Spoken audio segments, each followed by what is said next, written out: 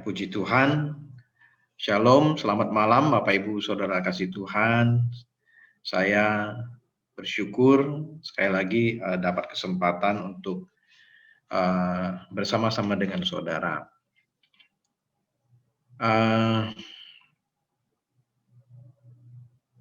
Ya, saya berterima kasih buat kesaksian Pak Ray tadi, sangat memberkati.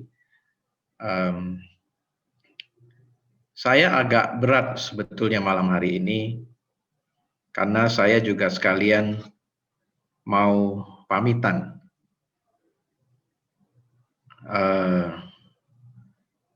Karena jadi akhir tahun ini kami sudah rencanakan untuk mengakhiri masa kami di Jakarta, ya, dan saya akan pindah bersama keluarga kembali ke kampung halaman saya. Jadi sekalian saya pamit. Kalau Zoom masih bisa, tapi kalau onsite, ya kalau misalkan nanti semua sudah normal dan harus kembali lagi. Jadi maksud saya supaya nggak kaget gitu, ya, Bupingkan terutama. Jadi sebenarnya ini sudah kami rencanakan sekitar 2 tahun, 3 tahun belakangan. Dan sebetulnya kalau tidak karena pandemi ini, Juni, Juli kemarin kami sudah harusnya ada pindah. Cuman karena pandemi jadi kami tahan dulu, ya Bapak Ibu. Kenapa pindah? Karena kami ingin menemani orang tua kami. Ya, papi saya tahun depan sudah 86 tahun. Mami saya sudah 84 tahun. Ya. Jadi karena kondisi mereka sebetulnya oke, cuman ini saudara-saudara kita ini semua makin khawatir dan sebagainya. Jadi saya dengan istri ambil keputusan kita yang ngalah, karena yang lain kan susah. Kalau kami ini lebih freelance lah istilahnya, gitu. Sambil saya juga sepertinya rindu ada memulai sebuah pelayanan juga di sana. Ya, di sana sudah lumayan cukup banyak gereja. Jadi saya akan pindah ke Kota Singkawang kalau Bapak Ibu ada yang tahu. Ya, itu di Kalimantan Barat, itu sekitar 4 jam kurang lebih sekarang karena traffic. Ya, itu perjalanan dari Pontianak ke Singkawang. Ya. Nah, 1 jam dari Singkawang itu ada Kota Serukam. Itu ada rumah sakit Bethesda. Itu sampai sekarang tinggal satu-satunya rumah sakit misi Kristen. Misi dalam arti begitu pasien datang langsung ditangani. Ya, tanpa bayar dulu atau apa. Jadi kalau pasien yang nggak ada duit ya apa boleh buat. Nah, itu salah satu ciri saya juga nanti akan kembali ke sana juga untuk melayani ke sana juga. Jadi kira-kira begitu Bapak Ibu. Saya bicara begini karena tadi kemarin itu Angel mau setting jadwal buat tahun depan buat persekutuan doa kantornya. Saya bilang kalau sudah onsite saya nggak bisa, jadi saya nggak berani jamin. Ya udah awal tahun katanya. Terus gara-gara itu saya jadi ingat mau ke PDPK ini, jadi saya sekarang bilang, saya perlu pamit nggak? Saya bilang. Jadi ya udah sekalian deh saya bilang, saya ngomongnya. Jadi saya agak sedih juga nih. Ya karena kita udah lama ya Bapak Ibu ya. Tapi kita tetap bisa bersama-sama, tetap keep kontak, kita bisa tetap. Ya Pak Lewi masih boleh WA saya kok. Nah, saya mau langsung aja karena waktunya singkat ya Bapak Ibu. Terima kasih buat kepercayaannya sebelumnya. Saya dapat tema tentang tinggal bersama Bapak ini. Saya membayangkan banyak hal yang standar, saya bilang standar, tentang apalagi teks Alkitabnya itu tentang doa, tentang saya pikir ya apalagi ya lari-larinya juga nanti ujung-ujungnya ke Yohanes 15 saya pikir. Ya seperti pokok anggur. Jadi saya pikir itu standar. Cuman setelah saya baca berulang-ulang, saya nggak tahu baca berapa kali, banyak berulang-ulang, saya kemudian menemukan kebenaran yang sangat luar biasa sekali Bapak Ibu. Ya. Jadi saya mencoba mempelajari Sinclair B. Ferguson ini, penulis bukunya ini. Dia seorang teolog dari dia seorang teolog dari Scotland. Jadi kalau udah nama Ferguson itu mesti Scotland biasanya. Dan dia seorang penulis yang aktif dan dia punya sudut pandang yang sangat menarik dan saya sangat suka sekali. Jadi pada waktu saya membacanya, saya sangat terharu juga. Dan ini sekaligus saya bilang peringatan yang agak keras buat kita semua, Bapak Ibu. Ya, jadi saya ingin share buat kita semua. Pak Lewi, mungkin saya boleh share screen kali ya? Bisa ya? Sorry nih, saya mendadak setelah saya pikir-pikir tadi. Kalau nggak ada PowerPoint-nya, kayaknya nggak Pak Hengki gitu ya. Jadi kurang sip gitu. Udah bisa, Pak? Bisa ya? Sudah.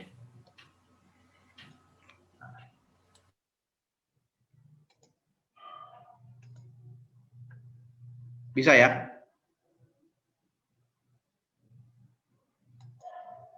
Iya, sudah. Keluar nggak? Iya, udah keluar, Pak. Oke, sip. Ya, jadi Bapak Ibu Saudara, saya ingin mengajak kita melihat beberapa, kita mulai dengan langsung saja ke Matius 6 ayat 1, ya. Janganlah kamu melakukan, ingatlah, janganlah kamu melakukan kewajiban agamu di hadapan orang, supaya dilihat mereka. Ya, saya ingin berhenti sampai situ, karena penekanannya situ. Bapak Ibu, jadi peralihan dari Matius pasal 5 ke 6, jadi 5, 6, 7, khotbah di bukit. Jadi 6 ini tengah-tengah, dan setelah Yesus bicara banyak tentang khotbah di bukit dan sebagainya, pengajaran-pengajaran, tiba-tiba Tuhan Yesus mengatakan, jangan kamu melakukan kewajiban agamamu di hadapan orang supaya dilihat mereka. Nah, pada waktu saya mempelajari ini sangat menarik sekali, saudaraku. Ada 3 kewajiban agama yang disebutkan di dalam Matius pasal 6 ini. Kita udah sama-sama tahu. Saya justru yang tadi saya pikir akan bahas ini, cuman yang sangat menarik, enggak, saudaraku. Maksudnya dari bahan materi yang disampaikan ini. Dan saya pikir ini kita semua sudah menguasai dengan baik. Karena ini 3 kewajiban agama yang basic buat kita anak-anak Tuhan. Orang-orang Kristen. Ya, jadi soal memberi, soal berdoa, soal berpuasa, saya nggak akan bahas banyak di sini. Cuman yang menarik adalah Tuhan Yesus itu memberikan ilustrasi-ilustrasi yang hari ini kayaknya menurut saya itu nonjok banget gitu ya.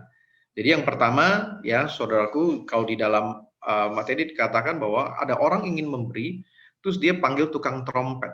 Nah saudaraku, kalau kita baca Alkitab ini ada di dalam NIV ya, New International Version. Jadi ada kata trompetnya, kalau di terjemahan kita nggak ada. Jadi ada orang ingin memberi tapi bikin rame-rame dulu. Dia pengen pengumuman. Nah Tuhan Yesus bilang, langsung Tuhan Yesus counter.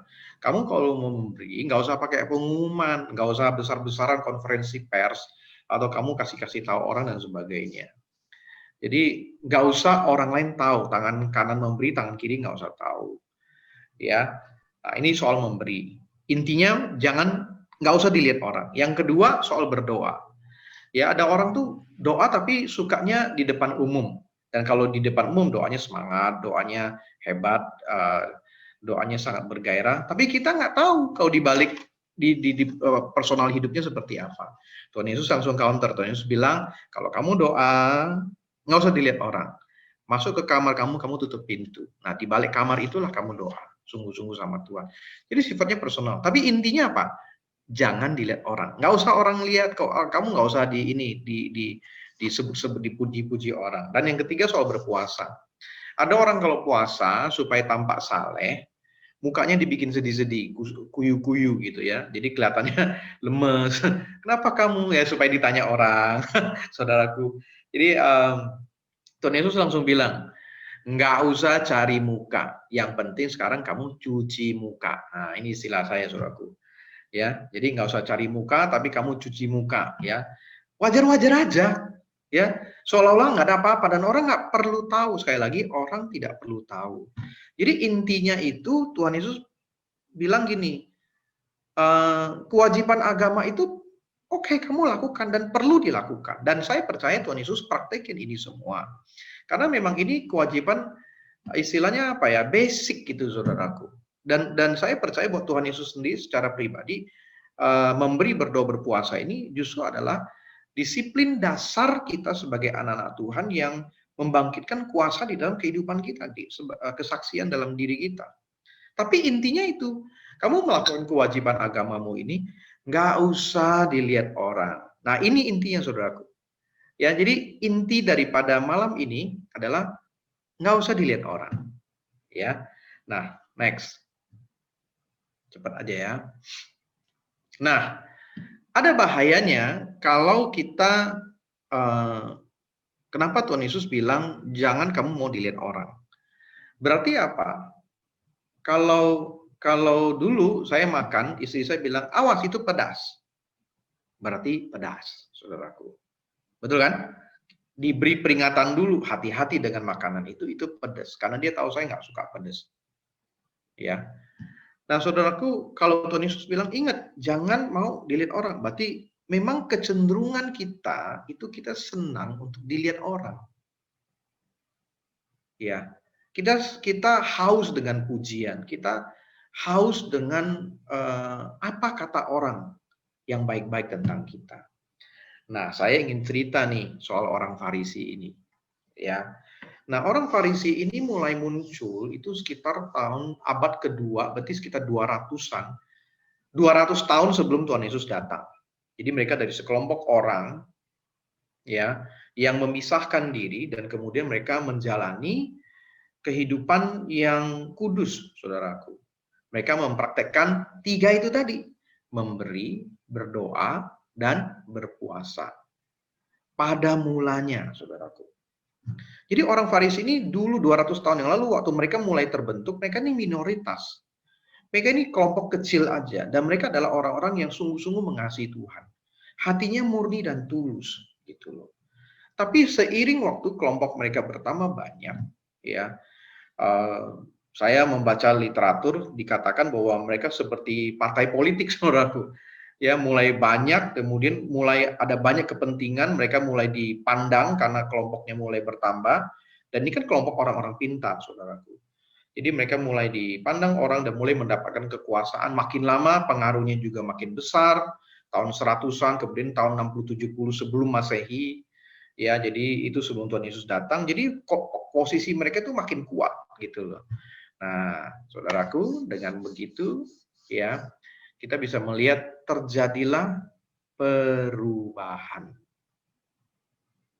Ya, daripada mulanya itu mereka punya hati yang tulus, mereka mengasihi Tuhan, mereka mempraktekkan 3 kewajiban agama dasar itu tadi dengan tekun, dengan baik, saudaraku. Tapi ketika mulai terjadi perubahan, pengaruh mereka bertambah, mereka makin top, makin terkenal, followersnya makin banyak, ya mereka makin viral, saudaraku, sering tampil di Instagram, di YouTube, siaran-siaran mereka makin lancar, mereka makin subscribernya makin banyak, tampilannya juga semakin hebat, heboh, saudaraku.